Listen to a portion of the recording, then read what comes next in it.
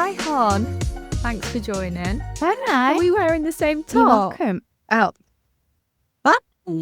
Did we go to the Oasis gig together? yeah. I don't know if anyone knows, but we went to Oasis. That's quite funny, though, that we've both turned up in our Oasis gear. But okay, let's get into it. So, hello, everyone. I'm Tocky. I'm Charlie. Welcome back to Sisters in a Hot Mess, where we're two knackered sisters on opposite sides of the globe trying to raise small humans during the climate crisis without entirely losing the plot. So, as said, I'm Tocky, tuning in from Manchester. And I'm Charlie, coming to you from Australia. Have you got any updates for me, hon? I do, yes. But before we begin, I want to take a moment to acknowledge the traditional owners of the lands that I'm recording on today, the Wurundjeri Woi-wurrung peoples of the East Kulin Nation. So the land I'm on is known to its first peoples as Nom, Melbourne, has been cared for and lived on for tens of thousands of years, like 60,000 of years.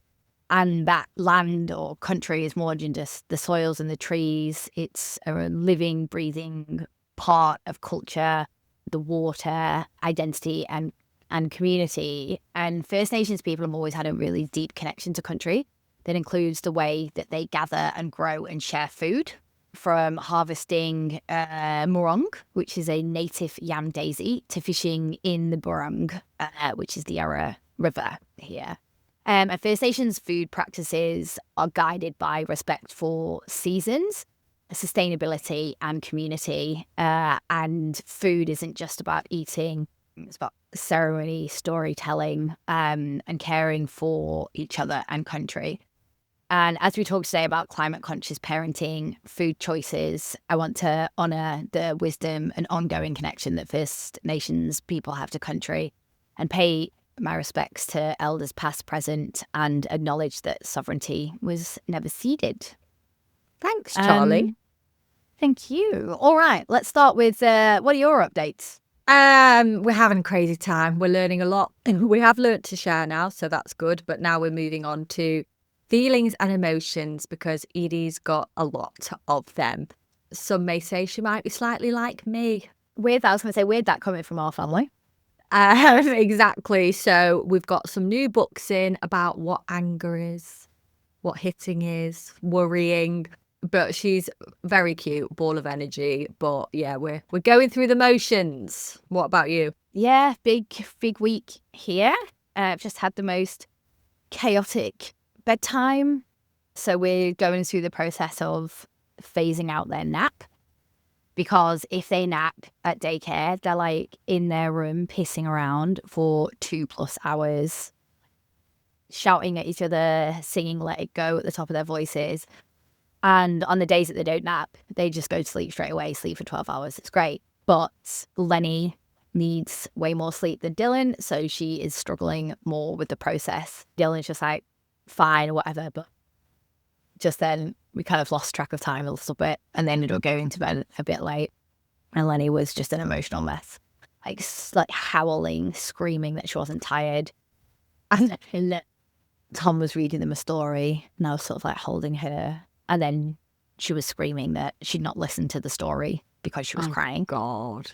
So then was crying about the fact that she'd not listened to the story. And yeah. Madness. And they just got super razzed up, overtired before bedtime. So yes, Friday night. I'm having a wine. Cheers. I'm going out with Dad later, so I'll be having a wine later. But Fun. I'm on the coffee. But yeah, bless them, my little squishy nieces. But yes, so before we dive into food, which I know we're all very excited for, I would like to address what I learned from the last conversations and basically what I've done. So we spoke about making small changes, not progress. Sorry, it's not perfection, it's progress. So I went and purchased reusable pouches. So we've started incorporating those. They are a bit messier, and you've got to obviously prep them, but it is good. So we've been using those. And because we've got our subscription of wipes, which I really want to reduce, I have bought bamboo eco-friendly cloths. So, which actually, obviously I'm not using them to do her bum if she's done a shit, but like after eating and stuff, she's so messy. it's actually much easier to clean it down with a wet cloth rather than loads of wipes. So that's become more convenient and climate conscious. So there you go. Well done, mates. yeah, I'm trying. I am trying. So yes, thank you for the useful tips. This is the whole point of this, to get better each time, I guess. And having these conversations makes you feel a bit more confident to move forward with it. Amazing. All right. Well, let's get straight into it. Today we are digging into something we all think about every day, every dinner time: food.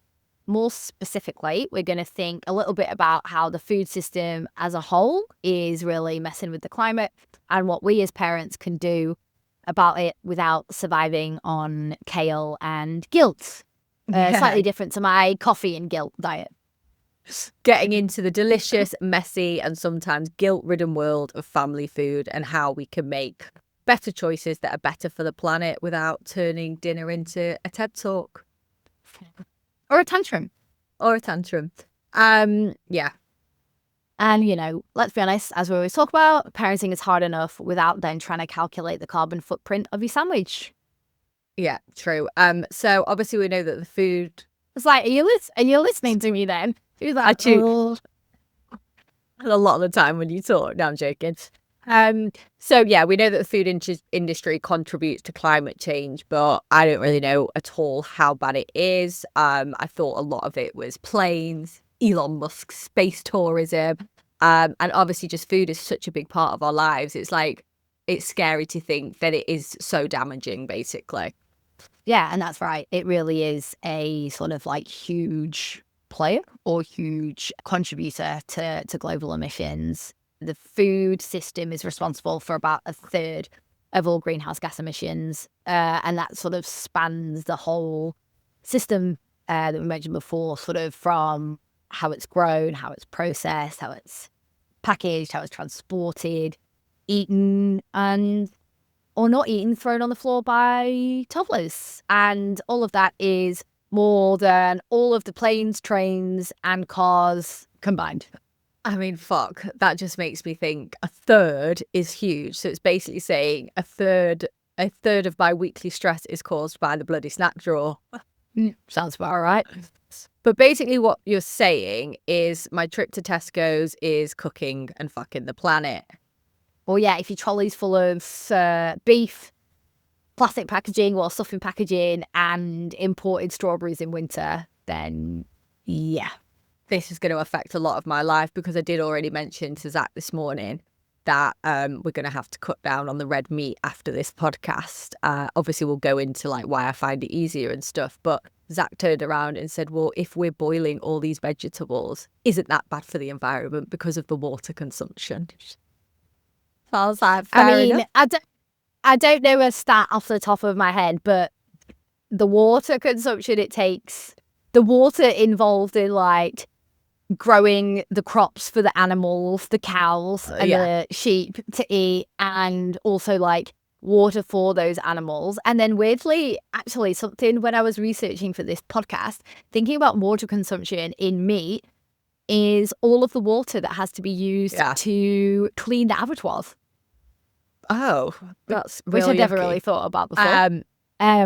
But yeah, that was Zach's panic to we're going to be cutting down. I mean, we don't eat loads of it, but you know, so Edie also loves her berries. We have berries every day. She bloody loves the berry, doesn't she? So anyway, let's start talking about the beef and about the strawberries and about the packaging. All right. Well, where do you want to start? Beef. Let's start with the beef. Beef. Oh my God. So, yeah, I think generally speaking, agriculture is probably the biggest culprit. And not just the beef and the lamb. So red meat is definitely the top end of the shit scale. And not just the lands needed for that livestock to be reared, but then also a huge amount of land is used to grow the grain that they eat on. Meat, red meat especially, is a big one. And food waste is like one of the sneaky villains in this part of the story. It's about a third of all food that is produced is wasted, which is shocking in its own because of sort of inequality of food hunger and, all of that stuff. But when it goes to landfill, it rots, sits in a big pile of rubbish. And it releases methane, which is like CO2's evil twin. And then thinking back about the cows and the sheep again, it's not just like, the land that they roam around on or don't if they're caged or kept in those funny little horrible things, but they burp out loads of methane.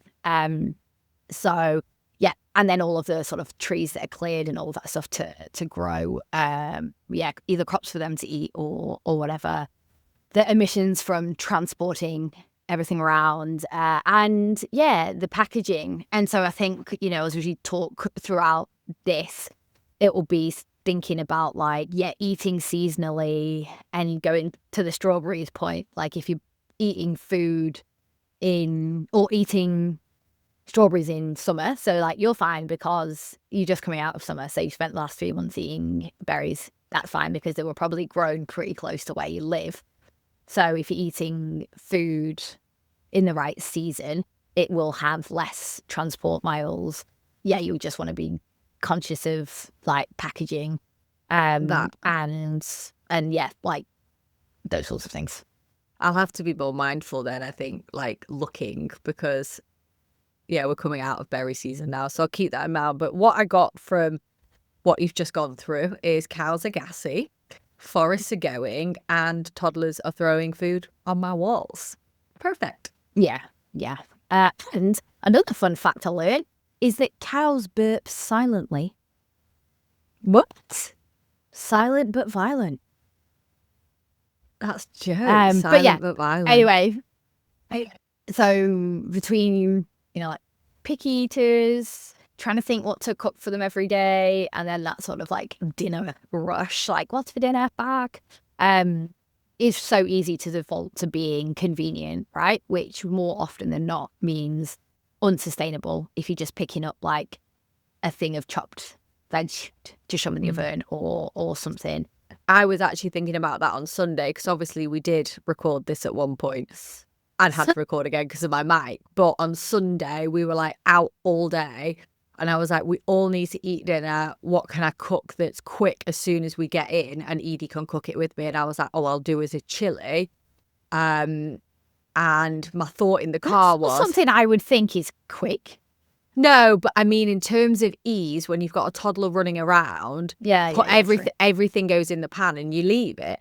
But I was thinking in the car on the way home, I was like, maybe I should try and turn this into a veggie chili or something. But then I was like, actually, the time it'll take me to chop all the veg, do all that, I was like, fuck it, I'm just going to have to make a beef chili, because once everything's in the pan, I can then leave it, go tend to Edie, and then dinner's just ready for us when we're ready.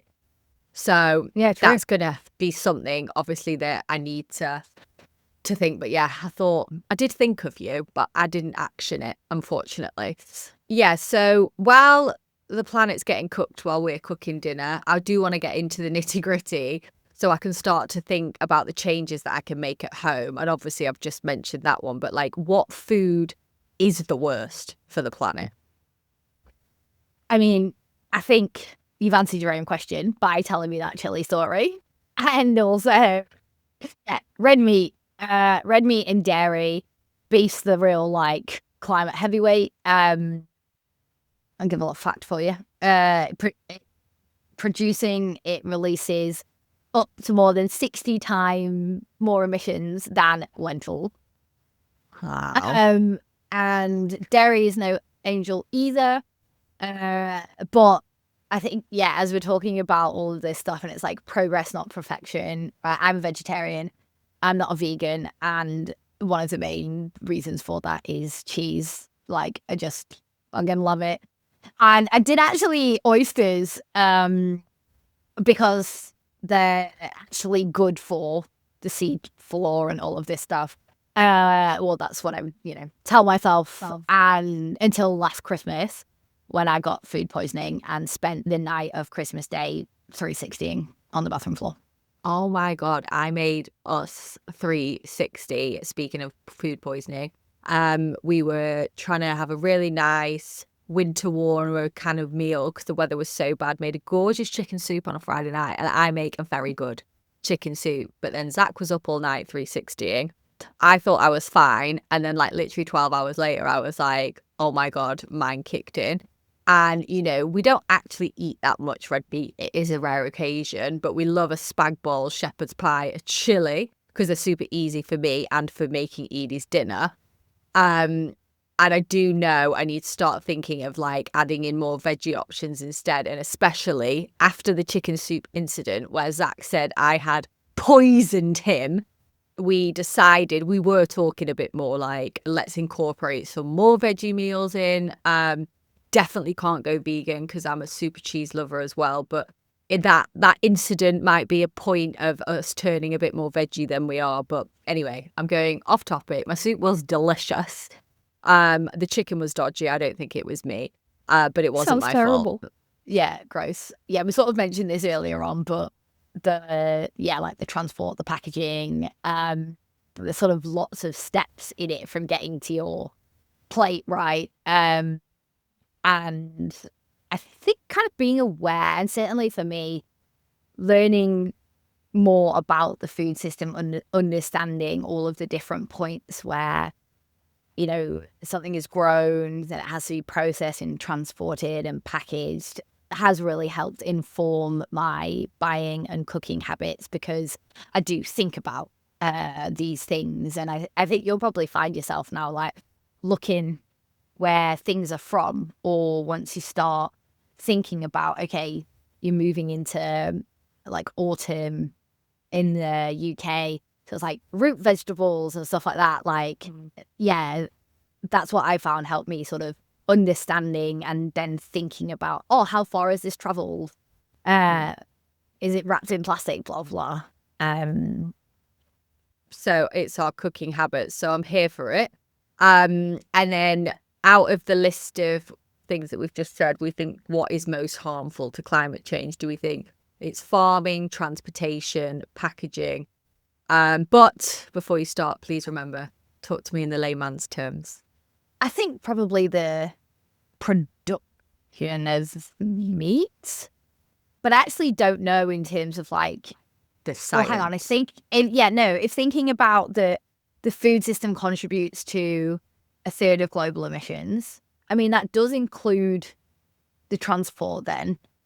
But my fun fact about it being more than all of the planes and cars and whatever at the beginning, I would have to assume that the emissions from meat, like all those things included in that, are more than the transportation. So more than like, you know, if you're eating steak from Brazil or whatever. So I think it's probably the meat, but just being conscious of those little things and of each thing, like when you're looking at something or looking at the country of origin, so how far it's flown or and then, you know, if you want to get really deep into it, which is probably not where we're at right now, but you know, things that are really water intensive to grow, like almonds or avocados or whatever. Like, but I think once you start getting really deep into that stuff, right, it then starts to get really hard to balance I need to feed my kid and myself. So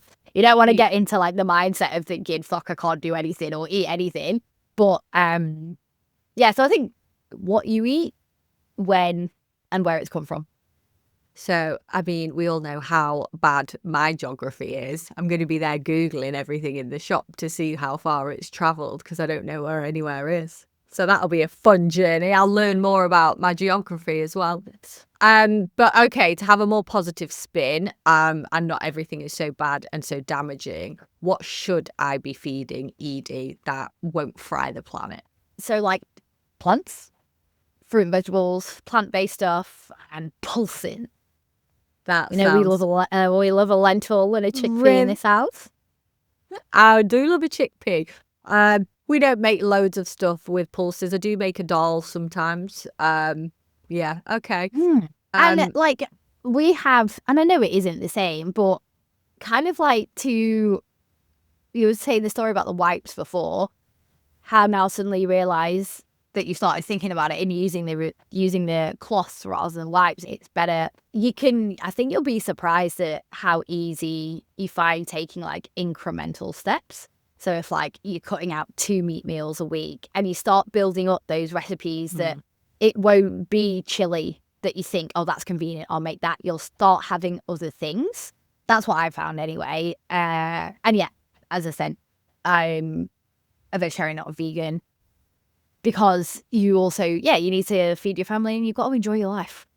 Yeah, I could not imagine you not eating cheese. The last 2 times you've been here, we've had a cheese board every bloody night. Yeah, it's why none of my clothes fit now. Yeah, but like 99% of the time, I don't eat meat or fish, right? But I do eat cheese and yogurt, and then sometimes I do eat fish. Yeah, and the odd time when we go to Granny's and you just forced meat upon you. Oh, yeah. What was she trying to make me eat last time when I came home? Basically said to her, oh, Charlie's veggie, remember? So I'll pick something up. And she said, oh, no, I'll make salmon or I'll make a steak pie. And I was like, but she's vegetarian. And she just said, oh, okay. And proceeded to serve meat pie.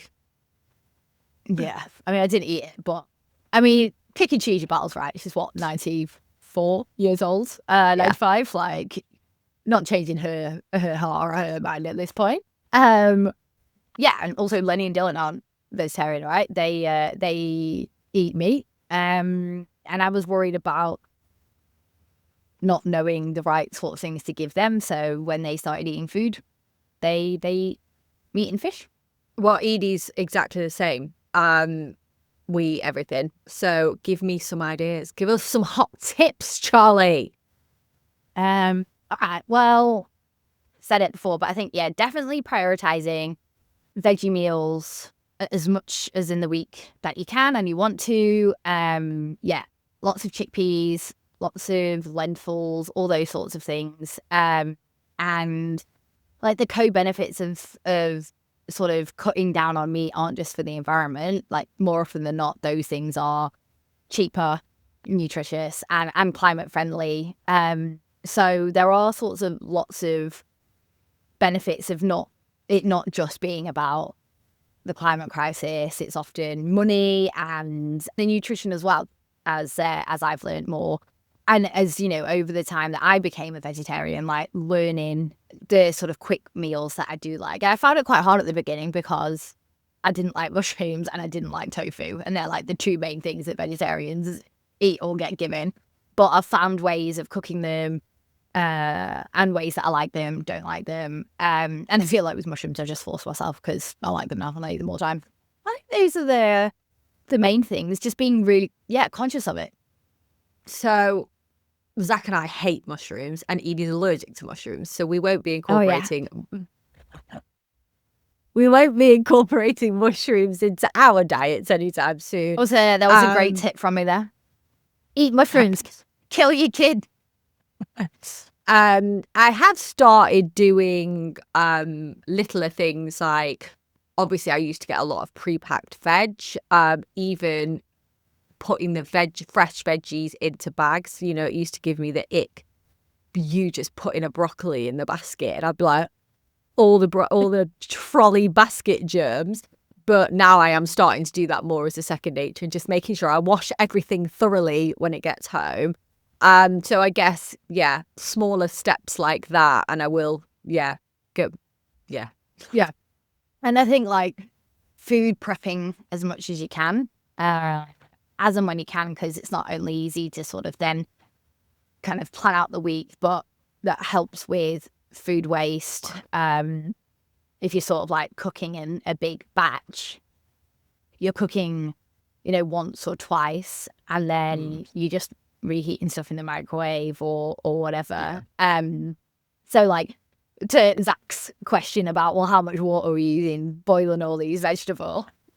Like, doing stuff that's, if you're not putting your oven on every day, you're doing a big cook at some point in the week or whatever, and then using the microwave or using a slow cooker or things that are just energy efficient, then turning on your oven, especially if you've got a gas oven, or using like your microwave, which again, there's lots of like dual benefits of doing things like, batch cooking, because then you're not wasting as much food, or you're not letting I obviously still do this. There's like sad bags of salad in the back of my fridge that I'm like, oh God, throwing that away, I feel really guilty.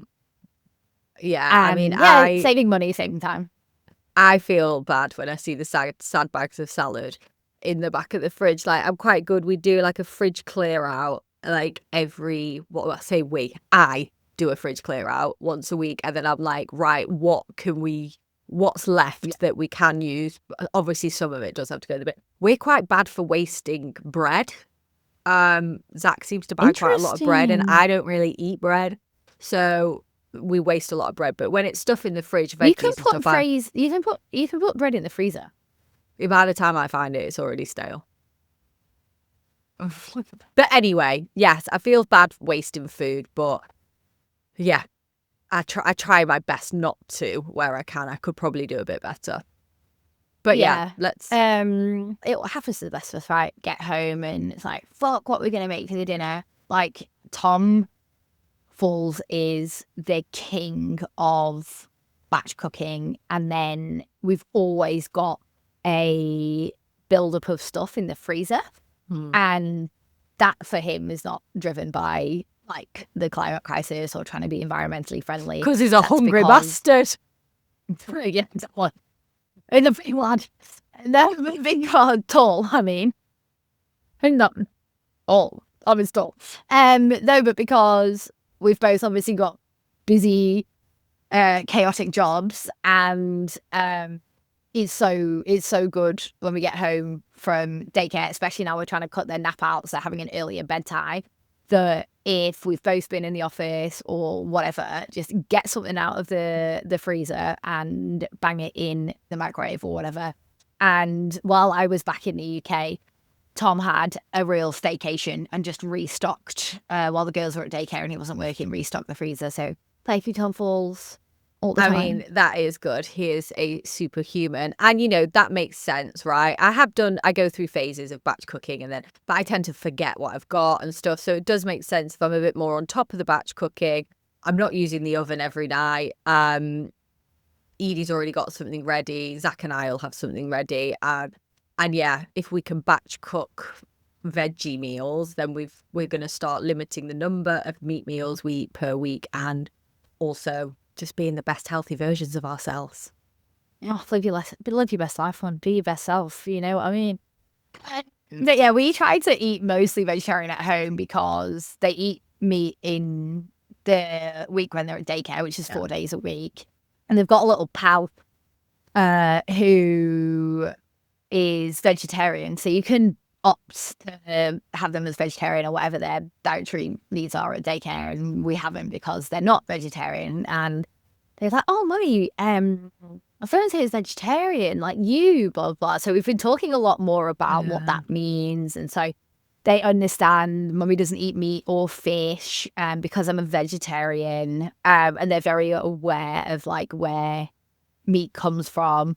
Like Kirsty and Roth used to have chickens, and so they know that like that's a chicken. They eat chicken. They know pork comes from pigs and all of this stuff. But when I was doing some research with this, and then they were saying about their pal who's vegetarian, and I was like, well, you can be a vegetarian if you like. At school you can have the same vegetarian meals. And Lenny looked disgusted. She was like, no, mummy, we love meat. And Dylan's like, sausages. And I'm just like, oh, God. But yeah, we talked to them about where it comes from, what they're eating. I mean, who knows how, like, actually connected this is a chicken, this is a chicken breast, who the fuck knows? But, yeah, I don't know, just trying to teach them about that stuff. Yeah, I mean, we haven't really done any of that as of yet, but I will start talking to Edie about the different foods, and now she's like starting to cook a little bit with me, which is chaotic, but maybe like start talking. But at the moment we're focusing on emotions, hon. We're focusing our emotions. We've not got time to talk meat just yet. Yeah, once you stop smacking people at nursery, you can move on to the... No, that sounds bad. The twins only just ever used to hit each other, so it was fine. And I've not had like an incident report for, I can't even remember how long, but then the other day I went in and it was like, Charlie needs to sign an incident form, and it's like, Lenny hit another child in the sandbox, blah, blah, blah, all the stuff, had to sign it. And then she's like, oh, can you just sign this one? And it's like, Dylan was hit by another child in the sandbox. And I'm like, the fuck? Like, why do I have to do this? And obviously, they're then like, Lenny's like, yeah, I hit Dylan with a spade. And Dylan's got like a little crack on it. And I'm like, anyway. Wow. Edie just needs to move up rooms and be with the older kids. Yeah. She's just too advanced, hon, you know? She's frustrated. Prodigal child. Yeah, genius. But yeah, so it's the same kind of messages, right? That our motto of life, it's progress, not perfection. Yeah, exactly. And like, yeah, have dull one night instead of spag bowl or like whatever. Yeah, exactly. Those sorts of things. And like you're saying, Edie's getting to the point where she wants to help in the kitchen. How do you deal with that with your can't have anything messy vibe? It's a lot. Yeah, she obviously is. We've got her own little like cutting set, the safety toddler knives and stuff. Yeah. But she's just at the phase where she'll just either eat what's there or just start doing this, which is questionable. But it's very hard with the mess. She's rage, yeah. She's not punching someone, but she's stabbing the bone. Exactly. But yeah, the mess side is hard, but I just have to deal with it. But yeah, I want her to love cooking. Yeah, we're in that phase where, we did all of that stuff when they were little, and they, teach them how to crack eggs and cooking pancakes together. But it takes so fucking long. And now, like, the same, we've got those like toddler knife set things, and there's one knife that they both want to use every single time, and they want to do everything. So now they're not, we used to just put like literally a pile of mushrooms in front of them because they're just soft and easy to cut, and that would keep them occupied. But now they want to do every single fucking step. God. And they both want to have a turn at doing it. And so I do feel bad because I know everything you read, right, is like, cook with them. That will help them learn about food and love food. But it takes so fucking long that, like, if we're at home, one of us will take them to the park so the other one can sneakily cook. Like, now they're not napping, especially, because we normally do that, like, during the nap or something. And I do feel bad, but sometimes it's just, like, torture. Yeah. I want to stay. No, I want to stay. You come on. And I'm like, I'm going to cut myself in a minute. Oh, God bless you. But yeah, it's a lot. So I think let's kind of wrap up our food episode for... Oh, wait, we've got questions. We've got 2 questions from... Oh, actually, I've just had another one come in. But okay, here we go. Weaning and wastage. When introducing new foods to a baby, it feels like there is an awful lot of waste as they rarely eat much of it. How does this impact the climate, and is there anything I can do to reduce the impact? Oh, yeah. I mean, that's a really good question, right? And I just remember that, especially the early days when you're giving them this separate foods, and then you want to encourage like them to, and oh God, I just like literally remember how much crap how much mess there was. I mean, that's Do you know what I do when I don't want Edie to waste her lunch? I eat it. Because I'm like, but I don't want to put this in the bin. Yeah, but when you're weaning, and so it's like, do broccoli today, do avocado tomorrow, do this. And so you make all that puree shit, and then you freeze it and then never eat it again. And when they're like in that phase where you're wanting them to learn how to use their cutlery, and so there's just like shit everywhere. And also the phases where they dead stare you in the eye and throw all their fucking food on the floor. Yeah, I remember actually now how stressful that all was anyway, but then thinking about food waste. I don't know. I mean, I'd get a dog.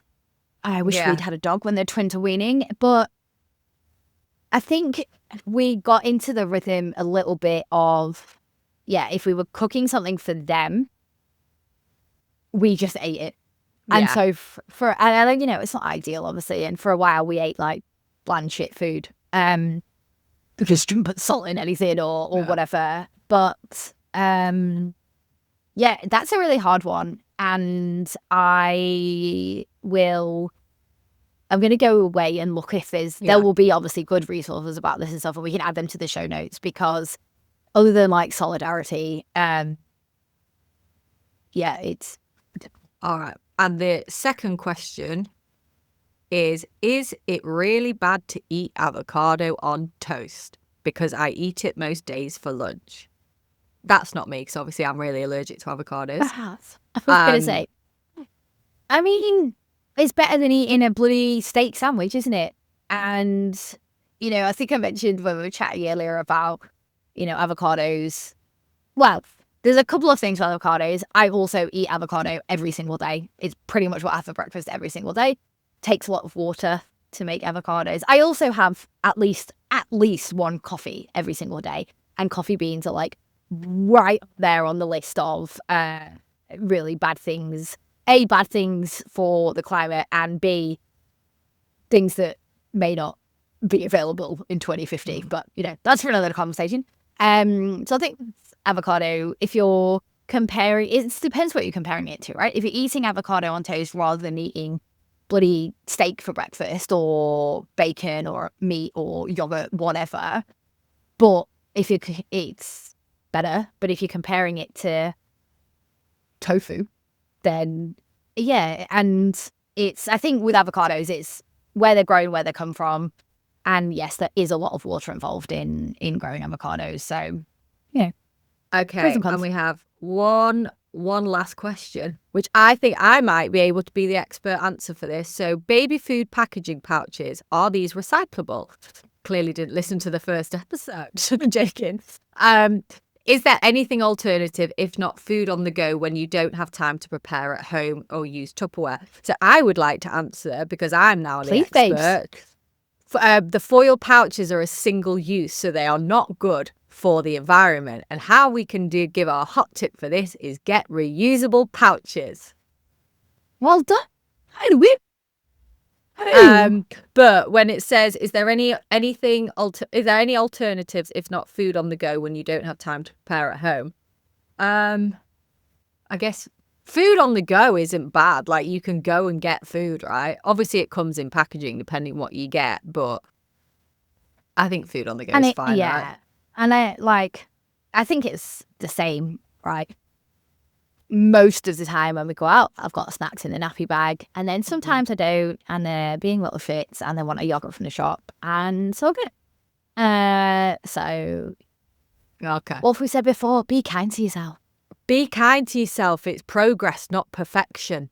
Or is it the other way around? No, that's right. I need to learn our motto more. Okay, so there are listeners' questions. Thanks for writing in. Yay, that's fun. So our calls to action for me are going to be eat less red meat, and I will come back to you on that. I'm going to do some batch cooking. Oh, and I really don't like this call to action, but it's going to be no berries coming into the winter months. Edie is going to lose her shit, but I'm going to give it a go, and I will eat more seasonably. What's the word? Yeah. Seasonably. Okay. Seasonally. So, yeah. No, seasonally. It's not got to be in it. But Ooh, yeah. So feed your family. Think about the planet, and I've not even talked about it. I was gonna add a little compost your chaos on that. Compost your food waste. But what do you mean compost your food waste? Like your veggie scrap. Okay, we can do it in the green. Yeah, that green bin, because I put everything. Okay, we'll talk about that on another note. But we'll do another one. Yeah. Anyway, that was going to be my little thing. Feed your family. Think about the planet and compost the chaos. That's really fucking cheesy. Go you. Yeah. Yes. All right. So, well. Yeah. On that note, thank you for joining us. Feeding your family without frying the planet. I'm gonna do some batch cooking. I'm gonna do some veggie cooking, and I'll start documenting it so we can see what's come up from that. Fun. Yes, I also, just quickly to add on to this, have been, when I asked if I had updates for a week, I've been learning how to make reels on Instagram. And so I'm going to, I'm not there yet. I'm not there. I'm not there enough to put one out in public yet. But I'm gonna. My vision is I'm gonna start making fun little reels about things. Little. Oh look, this Yeah, is what I'm okay. making for dinner. All right. But yeah, Love and it. we'll add links and recipes and other resources to the show notes. All right, love it. So, as you all know, do not forget to like and subscribe to our YouTube channel. This podcast has been made possible by the Wattle Fellowship at Uni Melbourne. All right. Until next time. Wait, I was going to think of something funny to say then. Hang on. Wait. Until next time, keep yourselves hot and the planet cool. I'm logging off. Bye. It's